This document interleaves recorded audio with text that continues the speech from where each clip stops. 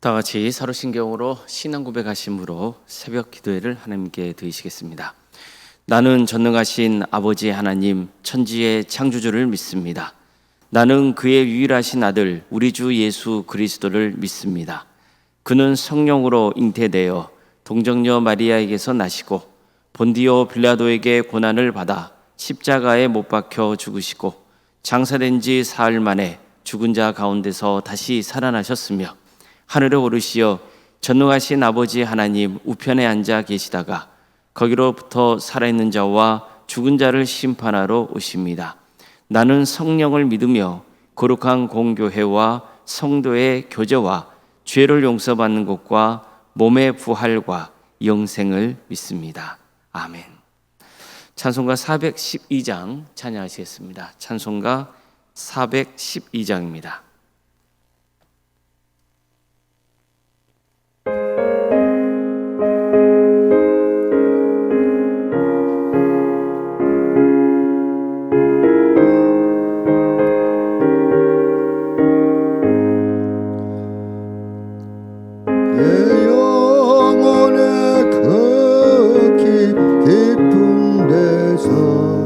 맑은 가락이 울려나네. 하늘 곡조가 언제나 흘러나와 내 영혼을 거의 싸네. 평화 평화로다 하늘 내려오네. 그 사랑의 물결이 영원토록 내 영혼을 덮으소서. 내 마음속에 솟아난 이 평화는 깊이 묻힌 보배로다. 나의 보화를 캐내어 가져갈 자 그 아무도 없으리라. 평화 평화로다 하늘 위에서 내려오네. 그 사랑의 물결이 영원토록 내 영혼을 덮으소서. 내 영혼의 평화가 넘쳐남은 주의 큰 복을 받음이라. 내가 주야로 주님과 함께 있어 내 영혼이 편히 쉬네. 평화 평화로다 하늘 위에서 내려오네. 그 사랑의 물결이 영원토록 내 영혼을 덮으소서. 이 땅 위에 험한 길 가는 동안 찾는 평화가 어디 있나. 우리 모두 다 예수를 친구 삼아 참 평화를 누리겠네. 평화 평화로다 하늘 위에서 내려오네. 그 사랑의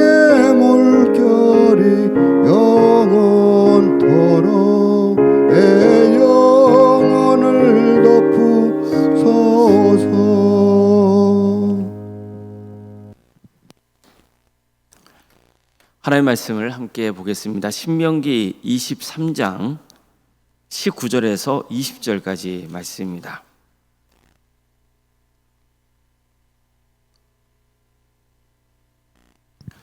신명기 23장 19절에서 20절 말씀입니다.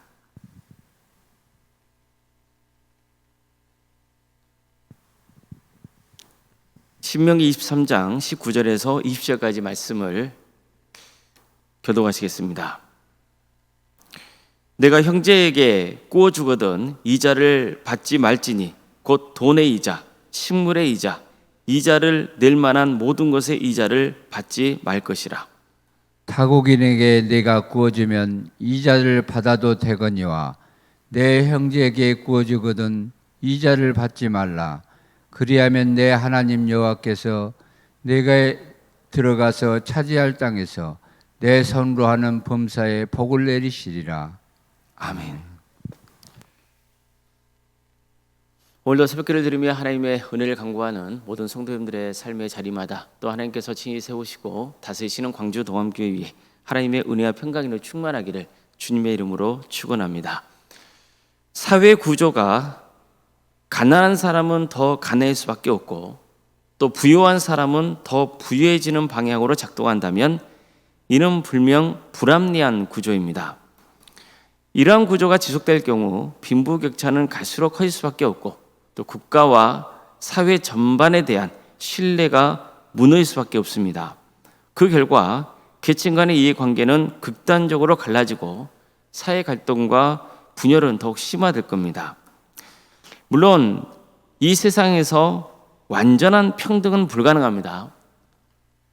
흔히 사람이 철이 든다는 증거 중 하나가 세상은 원래 불공평하다는 사실을 깨닫는 것이라고 말하지 않습니까?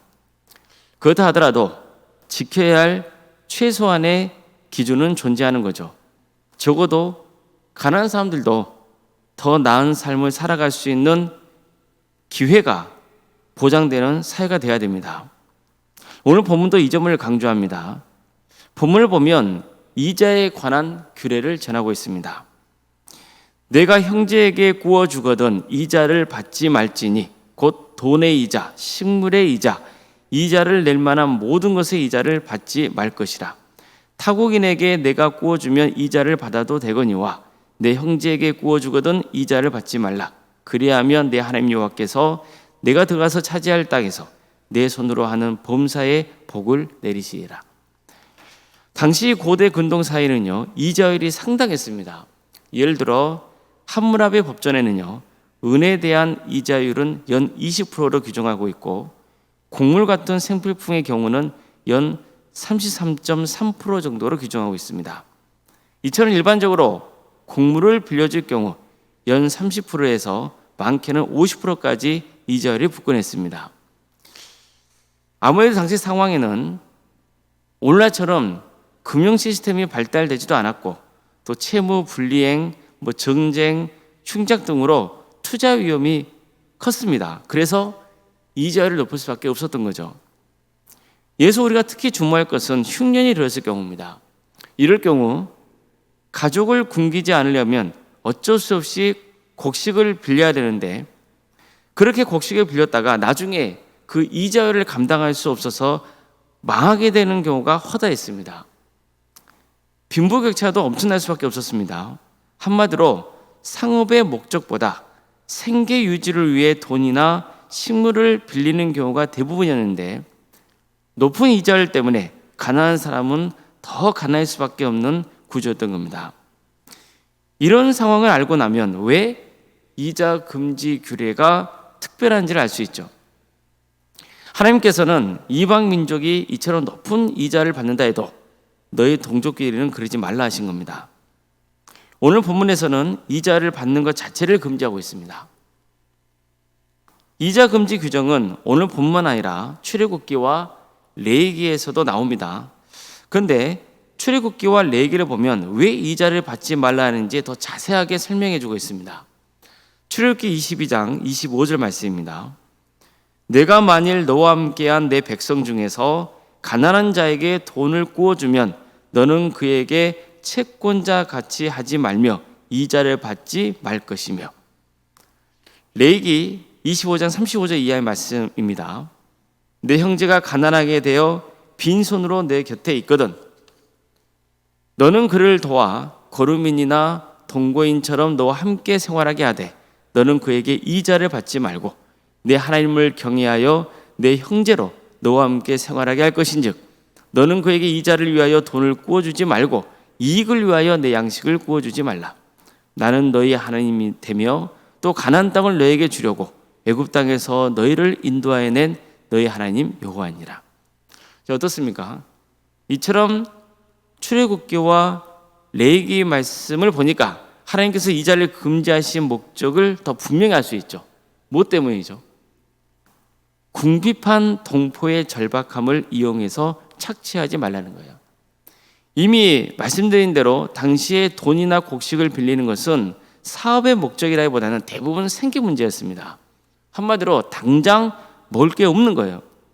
그런데 그런 사람들에게 돈이나 곡식을 주면서 이자를 받으면 되겠느냐는 거죠. 그런 자는 가난한 자들의 고통스러운 상황을 악용해서 자기 배를 불리는 자들이라는 거죠. 이것은 악한 짓이니까 하지 말라는 거예요. 본문을 보면 타국인에게 내가 구워주면 이자를 받아도 된다고 되어 있잖아요. 이것은 타국인과의 관계는 대부분 상업활동과 관련이 되어 있었기 때문입니다. 이처럼 상업적인 거래의 경우는 이자 받는 것을 허용했습니다. 따라서 쉽게 요약하면 이렇습니다. 생존을 위한 구제의 경우는 이자를 받지 말고 상업적인 거래의 경우는 이자를 받아도 된다는 거예요. 결국 오늘 본문은 채권자가 채무자를 함부로 착취하지 못하도록 제재하는 율법인 겁니다. 이처럼 늘 하나님은 사회적인 약자의 삶에 깊은 관심을 갖고 계시고 그들이 제도적으로 보호받을 수 있게 이런 율법 규정을 정해놓으신 겁니다. 우리는 이러한 하나님의 마음을 알아야 됩니다. 즉 관용과 사랑을 베풀라는 거예요. 그렇게 한다면 하나님께서 범사에 복을 내어주겠다고 약속하셨습니다.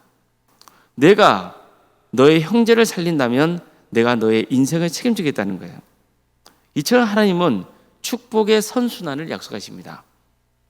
성경을 보면 늘 하나님께서는요, 이스라엘 백성들이 애굽에서 어떤 삶을 살았고 또 어떻게 해서 구원받게 되었는지를 강조합니다. 그들은 애굽에 노예했습니다. 그러나 하나님의 은혜로 구원받았습니다. 그러니 받은 은혜를 베풀라는 겁니다. 우리도 마찬가지입니다. 우리는 죄의 종이었습니다. 그러나 예수 그리스도의 십자가 은혜와 사랑으로 죄와 사망에서 구원받은 자녀가 되었습니다. 그러니 받은 은혜를 베풀라는 거예요. 이웃의 어려움을 이용해서 사익을 취하려 해서는 안 된다는 거죠. 세상은 어떻게든 이윤을 극대화하려고 합니다. 어떻게든 더 많이 보려고만 합니다. 하지만 하나님은 생명을 중요하게 여기십니다. 또 사람들과의 관계를 중요하게 여기시는 거예요. 주위를 둘러보라고 하십니다. 오늘날 우리 사회가 너무나 경제적인 이익의 관점에서만 문제를 접근하려는 경향이 있습니다. 그러나 하나님은 늘 어려운 이웃을 돌보라고 하십니다. 그들이 굶주리지 않도록 도우라고 하십니다. 이런 하나님의 마음을 품고 서로 도우며 섬길 수 있기를 주님의 이름으로 축원합니다. 기도하시겠습니다. 사랑하는 하나님, 오늘도 우리에게 새로운 날을 얻게 해주시고 하나님의 은혜 속에 살아갈 수 있도록 인도해 주셔서 감사드립니다. 주님께서 우리에게 말씀을 주시고 그 말씀을 주신 이유를 또 되새기게 하시며 감사드립니다. 우리가 과욕을 부리지 말고 또 어려운 이웃을 생각하고 그들을 돌아볼 수 있도록 인도하여 주시고 우리를 축복의 통로로 삼아 주시옵소서. 그래서 하나님의 뜻을 바로 알고 하나님의 말씀대로 살아가는 그런 복된 길을 갈 수 있도록 인도하여 주시옵소서. 그래서 우리가 세상의 빛과 소금의 사명을 잘 감당해 나갈 수 있도록 인도하여 주시옵소서. 늘 하나님의 것을 하나님께 드릴 수 있는 마음, 그리고 주께 주신 은혜에 감사할 수 있는 마음, 또 이웃에게 베풀 수 있는 그런 마음을 허락하여 주시옵소서. 우리는 늘 연약하고 부족하오니 주님께서 우리와 함께 해주시고 깨닫게 해주시고 바른 길로 인도하여 주시옵소서. 광주 도암교회를 세워주시고 지금까지 지켜주신 은혜에 감사드립니다. 광주 도암교회도 이 지역 사회에 빛과 소금의 사명을 감당하는 거룩한 공동체가 될 수 있도록 도와주시고 어려운 이웃을 돌아보는 복된 교회로 세워져 갈 수 있도록 주께서 친히 함께하여 주시옵소서. 사랑의 주님, 우리 성도들의 가정을 지켜주시고 선하게 인도하여 주시옵소서. 주께 친히 함께하여 주셔서 긍휼을 베풀어 주시고 은혜를 베풀어 주시옵소서. 유체적인 질병으로 정신의 고통으로 어려움에 처해 있는 우리 성도들이 있사오니 주님께서 그들을 불쌍히 해주시고 치유하여 주시고 변화시켜 주시고 또 회복시켜 주시옵소서. 어떤 경우에도 낙심하지 않도록 그 영혼을 붙들어 주시고 하나님께서 구원의 은혜를 베풀어 주시며 늘 기도하며 또 주님의 섭리를 믿고 따를 수 있도록 역사하여 주시옵소서.